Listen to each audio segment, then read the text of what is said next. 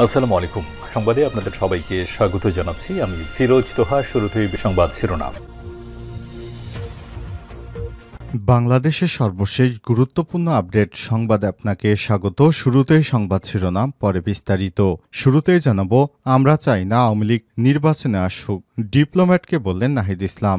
নির্বাচনে আওয়ামী লীগের অংশগ্রহণ চায় না বলে জানিয়েছে জাতীয় নাগরিক পার্টি এনসিপির আহ্বায়ক নাহিদ ইসলাম। তিনি বলেছেন, আমরা নির্বাচন চাই না, আওয়ামী লীগ নির্বাচনে অংশগ্রহণ করুক, সেটা আমরা চাই না। প্রথমত, দলের ভেতরে যারা অন্যায়ের জন্য দায়ী তাদেরকে বিচারের মুখোমুখি করতে হবে। এরপর জানাবো, জুলাই সনদ বাংলাদেশের ভবিষ্যতের গতিপথ নির্ধারণ করবে, মার্কিন সিনেটরকে বললেন ডক্টর মোহাম্মদ ইউনূস। জুলাই সনদ বাংলাদেশের ভবিষ্যৎ গতিপথ নির্ধারণ করবে বলে জানিয়েছেন প্রধান উপদেষ্টা অধ্যাপক ডক্টর মোহাম্মদ ইউনূস। আজ যমুনায় মার্কিন সিনেটর গ্যারি পিটার্সের সঙ্গে এক সাক্ষাৎকারে সব কথা বলেন তিনি।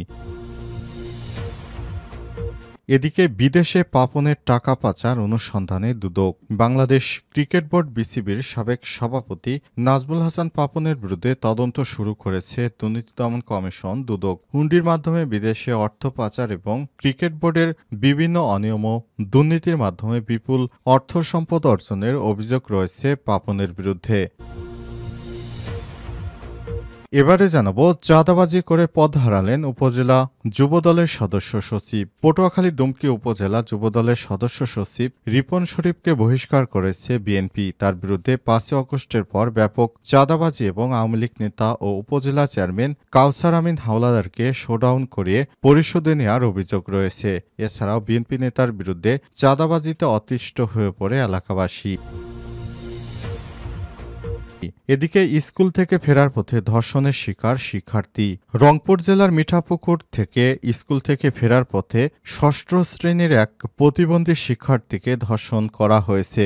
উপজেলার বড় হজরতপুর ইউনিয়নের চিতলি পশ্চিমপাড়া এলাকায় ঘটনা ঘটে। মঙ্গলবার 18 মার্চ সকাল 10:30টার দিকে এই ঘটনা ঘটেছে। পুলিশ বিকাল 3টায় এসে সরেজমিনে তদন্ত করে ধর্ষণের শিকার ওই মেয়েকে থানায় নিয়ে যায়। অভিযুক্ত ধর্ষক, বয়স 40, আলম মিয়া, ধর্ষণের পরই পলাতক রয়েছেন।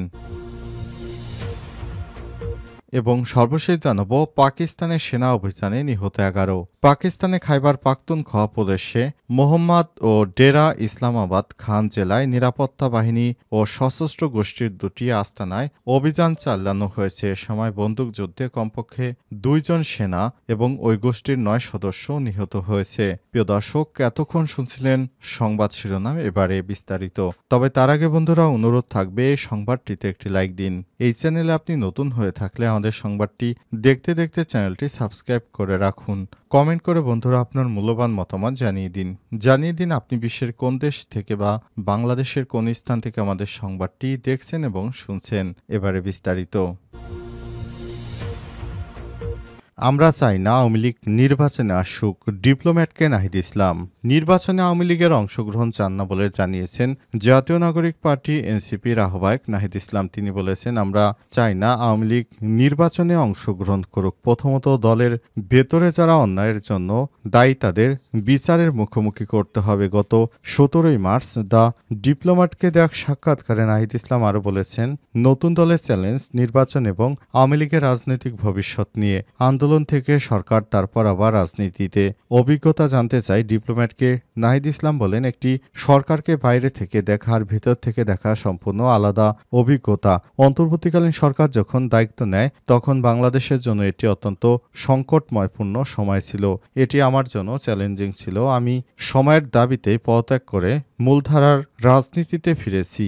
এখন আমি এই অভিজ্ঞতাকে কাজে লাগিয়ে ভবিষ্যৎ রাজনৈতিক পথ চলা গঠন করতে চাই। নতুন রাজনৈতিক দল চালানো অবশ্যই কঠিন, তবে আমি প্রস্তুত। নিজের দল এনসিপি সম্পর্কে নাহিদ ইসলাম বলেছেন, এনসিপি একটি মধ্যমপন্থী রাজনৈতিক দল এবং আমরা এই আদর্শ বজায় রাখতে প্রতিশ্রুতিবদ্ধ। আমাদের লক্ষ্য হলো নতুন কণ্ঠস্বর, বিশেষ করে তরুণ এবং সব শ্রেণী পেশার ব্যক্তিদের জন্য জায়গা তৈরি করা, যারা বছরের পর বছর ধরে ঐতিহ্যবাহী রাজনীতি থেকে বাদ পড়েছে, তাদের নিয়ে আমাদের দল গঠিত হবে। প্রসঙ্গত, জামাত ইসলামের সম্পৃক্ততা সম্পর্কে নাহিদ ইসলামকে প্রশ্ন করা হলে বিষয়টি তিনি এড়িয়ে যান। তিনি বলেছেন, জামাতের সঙ্গে আমাদের কোনো সম্পৃক্ততা নেই। জুলাই সনদ বাংলাদেশের ভবিষ্যৎ গতিপথ নির্ধারণ করবে, মার্কিন সিনেটরকে বলেন ড. মোহাম্মদ ইউনূস। জুলাই সনদ বাংলাদেশের ভবিষ্যৎ গতিপথ নির্ধারণ করবে বলে জানিয়েছেন প্রধান উপদেষ্টা অধ্যাপক ড. মোহাম্মদ ইউনূস। আজ যমুনায় মার্কিন সিনেটর গ্যারি পিটার্সের সঙ্গে এক বৈঠকে তিনি এসব কথা বলেছেন। ড. ইউনূস আরও বলেন, কমিশনগুলো প্রস্তাবিত সংস্কারের ব্যাপারে বড় বড় রাজনৈতিক দলগুলো একমত হলে তারা জুলাই সনদে সই করবে। প্রধান উপদেষ্টার বাসভবন ও রাষ্ট্রীয় অতিথি ভবন যমুনায় ড. মোহাম্মদ ইউনূসের সঙ্গে সাক্ষাৎ করেছেন মার্কিন সিনেটর গ্যারি পিটার্স। ঘণ্টাব্যাপী বৈঠকে দুই নেতা পারস্পরিক স্বার্থসংশ্লিষ্ট বিষয় এবং বন্ধুত্বপূর্ণ দুই দেশের মধ্যে সম্পর্ক আরও গভীর করার উপায় নিয়ে আলোচনা করেছেন। প্রধান উপদেষ্টা অধ্যাপক ড.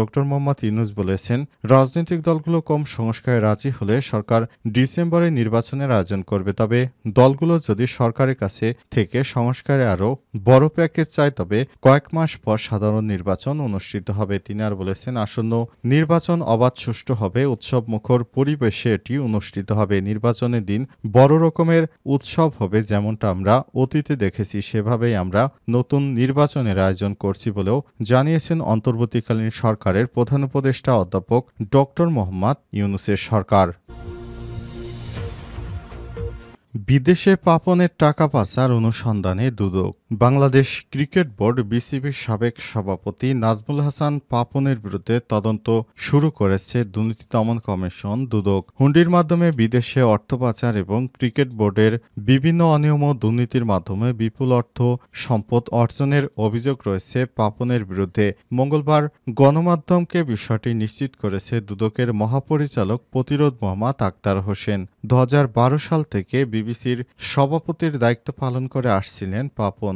গত বছরের জানুয়ারিতে জাতীয় সংসদ নির্বাচনের পর যুব ও ক্রীড়া মন্ত্রণালয়ের মন্ত্রিত্ব পান তিনি। তবে ছাত্র জনতার অভ্যুত্থানে শেখ হাসিনা সরকারের পতনের পর গত 21 আগস্ট বিসিবির সভাপতির দায়িত্ব ছাড়েন তিনি। গত রোববার দুর্নীতির অভিযোগে বিসিবির সাবেক এই সভাপতি এবং তার স্ত্রী রোকসানা হাসান সহ পরিবারের অন্য সদস্যদের 27টি ব্যাংক হিসাব অবরুদ্ধ করার নির্দেশ দিয়েছিল আদালত। দুদকের আবেদনের পরিপ্রেক্ষিতে ঢাকা মহানগরের জ্যেষ্ঠ বিশেষ জাজ জাকির হোসেন গালিব আদেশ দিয়েছিলেন। এবার ক্রিকেট বোর্ডেও পাপনের দুর্নীতির অনুসন্ধানে নেমেছে প্রতিষ্ঠানটি।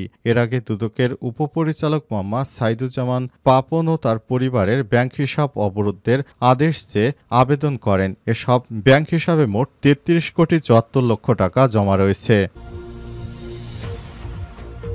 চাঁদাবাজি করে পদ হারালেন উপজেলা যুবদলের সদস্য সচিব। পটুয়াখালী ডুমকি উপজেলা যুবদলের সদস্য সচিব রিপন শরীফকে বহিষ্কার করা হয়েছে। নানা জায়গায় চাঁদাবাজির অভিযোগে বিএনপির এই নেতাকে দল থেকে বহিষ্কার করা হলো। জানা গেছে, প্রায় পটুয়াখালীর বিভিন্ন উপজেলা বা জেলা পর্যায় থেকে প্রতিদিন প্রায় 60 লক্ষ টাকা চাঁদাবাজি করে বিএনপি। এরই ধারাবাহিকতায় বিএনপির নেতাকর্মীরা বিভিন্ন স্থানে চাঁদাবাজি করার সময় অনেকেই মিডিয়ার সম্মুখীন হয়েছে বা অনেক মানুষ থানায় মামলা দায়ের করেছে। উপায়ন্ত না দেখে বিএনপির নেতারা যুবদলের এই নেতাকে বহিষ্কার করেছে। বিষয়টি আজ গণমাধ্যমে প্রকাশ্যে আসে। জানা গেছে, শহর ও উপজেলার বিভিন্ন স্থানে চাঁদাবাজিতে অতিষ্ঠ হয়ে ওঠেন ব্যবসায়ীরা। এরপর যুবদল ওই নেতার বিরুদ্ধে থানায় অসংখ্য অভিযোগ আসে। এরপর যুবদলের নেতার বিরুদ্ধে অ্যাকশনে নামে পুলিশ। বিষয়টি বিএনপির কানে পৌঁছালে তারপর যুবদলের ওই নেতাকে নিয়ে সিদ্ধান্ত দেয় বিএনপির সিনিয়র যুগ্ম মহাসচিব অ্যাডভোকেট রুহুল কবির রিজভী। রুহুল কবির রিজভীর স্বাক্ষরে যুবদল নেতার পদ থেকে এবং সব ধরনের বিএনপির পদ থেকে তাকে বহিষ্কার করা হয়েছে। রুহুল কবির রিজভী ঘোষণায় বলেছে, যদি কেউ বিএনপির নেতাকর্মীরা ওই নেতার সঙ্গে কোনরূপ যোগাযোগের চেষ্টা করে তাহলে তার বিরুদ্ধে সাংগঠনিকভাবে ব্যবস্থা গ্রহণ করা হবে। উল্লেখ্য, সদস্য সচিব রিপন শরীফের চাঁদাবাজিতে অতিষ্ঠ হয়ে ওঠে পুরো এলাকাবাসী। এরপরই তার বিরুদ্ধে ব্যবস্থা নিয়েছে বিএনপি।